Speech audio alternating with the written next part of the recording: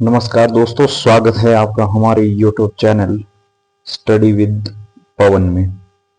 तो दोस्तों, UGC net से संबंधित आज जो हमारी क्लास नंबर 18 है, जो जिसमें कि हम हिंदी कहानियां अपनी पढ़ रहे हैं, जिसमें आज की हमारी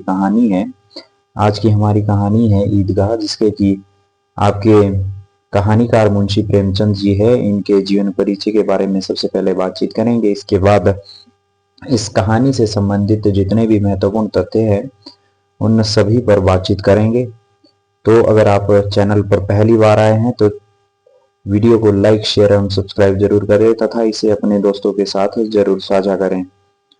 तो चलिए आगे बढ़ते हैं। इससे पहले हमारी जो है इस चैनल पर 17 क्लासेस जो है हिंदी कहानी की हो चुकी है। अगर वो आपने वो नहीं देखी है तो प्लेलिस्ट सेक्शन में जाकर आप जो पूरी क्लासेस हैं वो देख सकते हैं।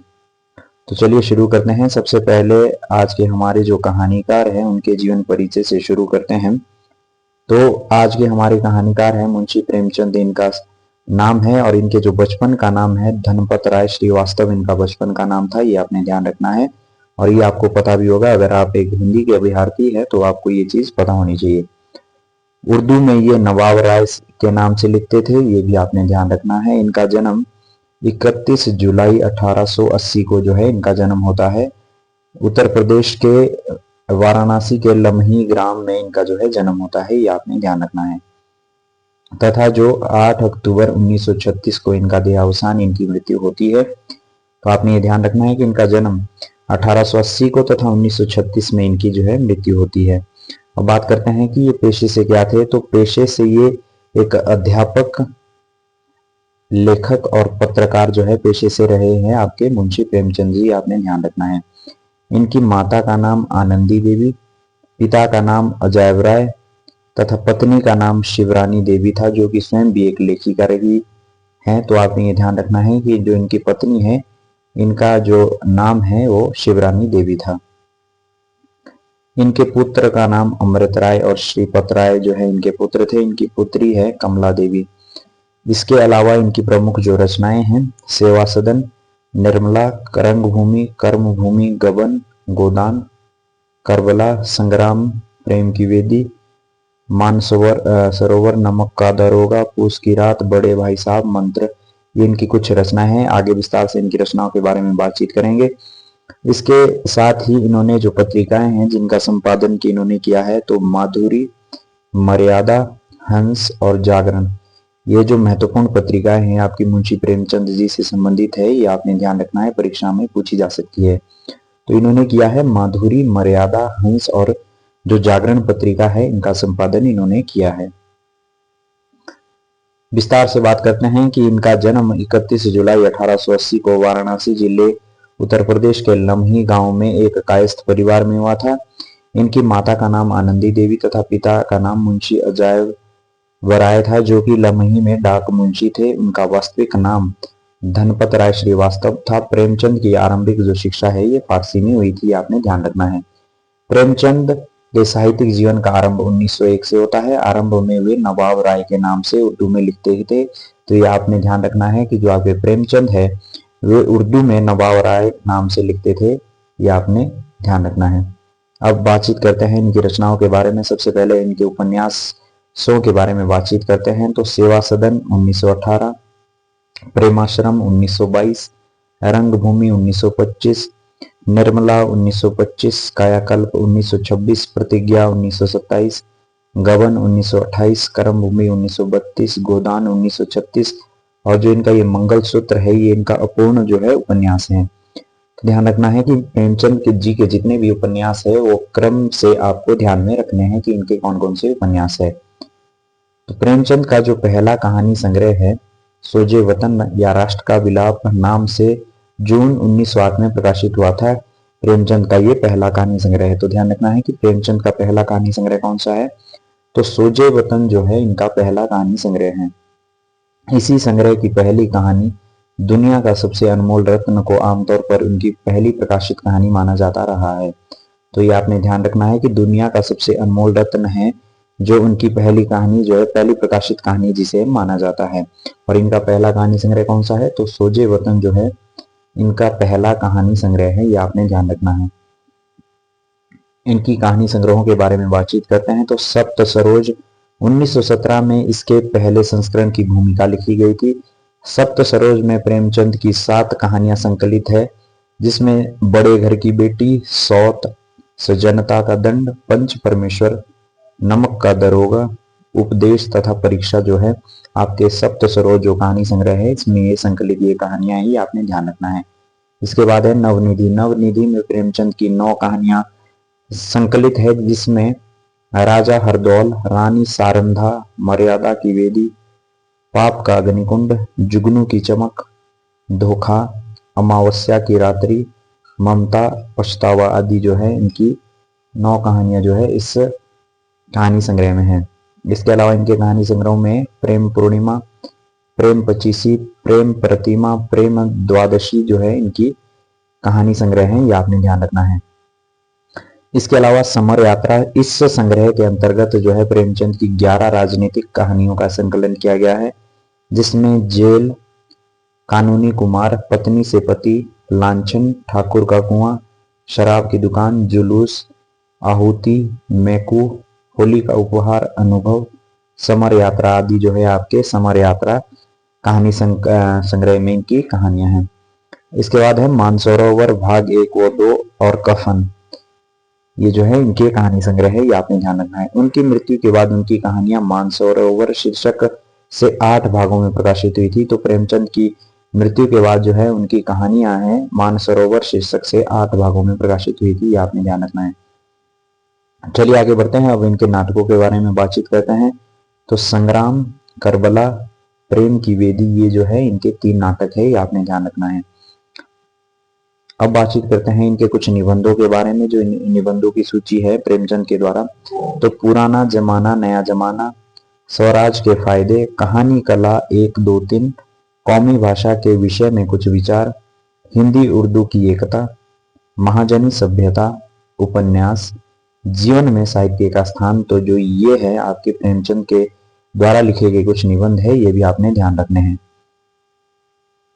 तो ये थे प्रेमचंद जी के जीवन तथा इनकी रचनाओं से संबंधित महत्वपूर्ण तथ्य, जो कि आपको ध्यान होना जरूरी है। और हम अपनी अक्सर हर वीडियो में हम सबसे पहले जो आपके कहानीकार हैं उनके जीवन परिचय उन रचनाओं से संबंधित बातचीत करते हैं। तो ये प्रेमचंद की रचनाओं से संबंधित कुछ महत्वपूर्ण तथ्य थे जो आपको याद होना चाहिए। अब बातचीत करते हैं आज की जो हमारी कहानी है ईदगाह। ईदगाह कहानी का सारांश एवं महत्वपूर्ण तथ्य। इस कहानी से संबंधित जितने भी महत्वपूर्ण तथ्य हैं उन सभी पर बातचीत करेंगे। और इसके अलावा आपसे ये उम्मीद की जाती है कि ये जो कहानी है वो लाइन बाय लाइन आप खुद से पढ़ेंगे, क्योंकि बगैर कहानी के पढ़े जो है आपको इन तथ्यों को पढ़ने का कोई फायदा नहीं है। तो सबसे पहले जो है आप अपने पास जो है कहानियां डाउनलोड कर लीजिए, आपको गूगल पे आसानी से मिल जाएगी। हिंदी समय.com पर आपको कहानियां मिल जाएगी। तो अगर आप वहां से कहानियां पढ़ लेंगे उसके बाद ही ये तथ्य जो है आपके काम के हैं। तो जो कहानी पढ़ना है वो बहुत ज्यादा जरूरी है। तो सबसे पहले बात करते हैं कि कहानी का प्रकाशन वर्ष जो है 1933 ईस्वी है। ये आपके ईदगाह कहानी का प्रकाशन वर्ष है। यह कहानी जो है सबसे पहले चांद नामक पत्रिका में प्रकाशित हुई थी, ये आपने ध्यान रखना है। अब कहानी के प्रतिपाद्य के बारे में बातचीत करते हैं कि इस कहानी में क्या है। तो बाल मनोविज्ञान पर लिखी गई हिंदी की सर्वश्रेष्ठ कहानियों में ईदगाह का स्थान शिखर पर है। इसमें प्रेमचंद ने हामिद नामक बच्चे के माध्यम से दिखाया है कि गरीबी और अभाव में किस प्रकार जो है बचपन की मासूमियत खत्म हो जाती है और बच्चे को समय से पहले परिपक्व होना पड़ता है। तो क्या है, इसमें प्रेमचंद ने हामिद नामक एक बच्चे के माध्यम से दिखाया है कि जिसके माँ बाप नहीं है, गरीबी है, और गरीबी और अभाव में जो उसकी बचपन की मासूमियत है किस प्रकार जो है खत्म हो जाती है और वो बच्चा समय से पहले किस प्रकार परिपक्व हो जाता है, इस ईदगाह कहानी में ये दिखाया गया है। अगला बिंदु है कि यह कहानी मानसरोवर भाग 1 में संकलित है, जिसमें कुल 27 कहानियां हैं। तो मानसरोवर भाग 1 में कितनी कहानियां हैं? 27 कहानियां हैं। ईदगाह कहानी सबसे पहले कब प्रकाशित हुई? 1933 में चांद नामक पत्रिका में, ये आपने ध्यान रखना है। पात्रों के बारे में बातचीत करते हैं कि इस कहानी में कौन कौन से पात्र है। तो सबसे पहले हामिद, जिसके इर्द गिर्द ये पूरी कहानी आपकी घूमती है। तो हामिद कौन है? 4-5 वर्ष का एक अनाथ बच्चा है जिसके पिता की जो है हैजे से मृत्यु हो जाती है। ये आपने ध्यान रखना है कि हामिद के जो पिता की मृत्यु है वो किस बीमारी से हुई थी, तो हैजे से, क्योंकि परीक्षा में इस प्रकार के प्रश्न जो है आपके पूछे जा रहे हैं। तो आपने ध्यान रखना है कि हामिद के जो पिता की मृत्यु है वो हैजे से हो जाती है और इसके पिता का नाम आबिद है। और जो हामिद है ईदगाह में वो चिमटा खरीदता है, ये आपने ध्यान रखना है। इसके बाद है अगली पात्र है अमीना। अमीना कौन है? बूढ़ी दादी है जो हामिद को पालती है। तो ये जो बूढ़ी दादी है इसने फहीमन के कपड़े सिले थे जिससे उसे 8 पैसे मिले थे। तो ये आपने ध्यान रखना है कि हामिद की जो बूढ़ी दादी है उससे पैसे कहाँ से मिले थे, तो उसने फहीमन के जो है कपड़े सिले थे और इसकी सिलाई से इसे 8 पैसे जो है इसने कमाए थे। तो ये आपने ध्यान रखना है। अगले पात्र के बारे में बातचीत करते हैं, मोहसिन। मोहसिन कौन है? मोहसिन एक पात्र है जो कि हामिद के साथ मेले में, ईदगाह के मेले में जाता है और ये मेले से बिश्ती खरीदता है। तो ये आपने ध्यान रखना है कि मोहसिन क्या खरीदता है? बिश्ती खरीदता है और इसके पास 15 पैसे थे। यहाँ पे जितने भी पात्र है और जो जो ये पात्र जो है मेले से खरीदते हैं, ये आपने ध्यान रखना है कि इसके पास कितने पैसे थे, क्योंकि परीक्षा में अक्सर कथन और जो मिलाने वाले प्रश्न हैं यहाँ से बनते हैं। तो मोहसिन जो है मेले से बिश्ती खरीदता है और इसके पास 15 पैसे थे, ये आपने ध्यान रखना है। अब बातचीत करते हैं अगले पात्र के बारे में, आबिद। आबिद कौन है? ये हामिद का जो है पिता है, ये आपने ध्यान रखना है। नूरे अगला पात्र है, नूरे, जो कि मेले से जो है वकील खरीदता है 2 पैसे का। अगली पात्र है सम्मी। सम्मी क्या खरीदती है? खंजड़ी, ये भी 2 पैसे की। अगला पात्र है महमूद। महमूद क्या खरीदता है? सिपाही खरीदता है, इसके पास 12 पैसे थे। इसके बाद अगले जो 2 पात्र है मोहम्मद और चौधरी कयामत अली। तो आपने ये ध्यान रखना है कि कौन सा पात्र मेले से क्या चीज खरीदता है। तो सबसे पहले जो हामिद है, हामिद चिमटा खरीदता है। मोहसिन जो है बिश्ती खरीदता है, इसके पास 15 पैसे थे। इसके बाद जो नूरे है, नूरे वकील खरीदता है। सम्मी खंजड़ी खरीदती है। महमूद सिपाही खरीदता है। तो ये आपने ध्यान रखना है कि कौन सा पात्र क्या जो है मेले से खरीदता है। अब बातचीत करते हैं हामिद और उसके मित्रों के बीच क्या संवाद होता है। तो मोहसिन है जो कहानी में एक पात्र है। मोहसिन कहता है कि मेरा बिश्ती रोज पानी दे जाएगा सांझ सवेरे। कौन कहता है? मोहसिन का ये कथन है। महमूद कहता है कि और मेरा सिपाही घर का पहरा देगा। ये कौन कहता है? महमूद कहता है।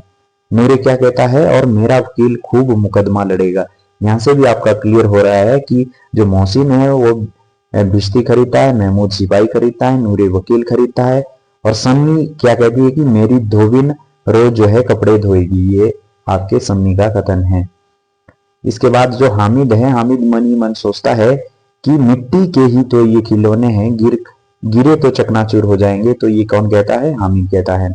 हामिद और दुकानदार के बीच संवाद होता है चिमटे को लेकर कि बिकाऊ है कि नहीं, बिकाऊ क्यों नहीं है और यहाँ क्यों लाद लाए हैं, तो बता दे क्यों नहीं, कितने पैसे का है।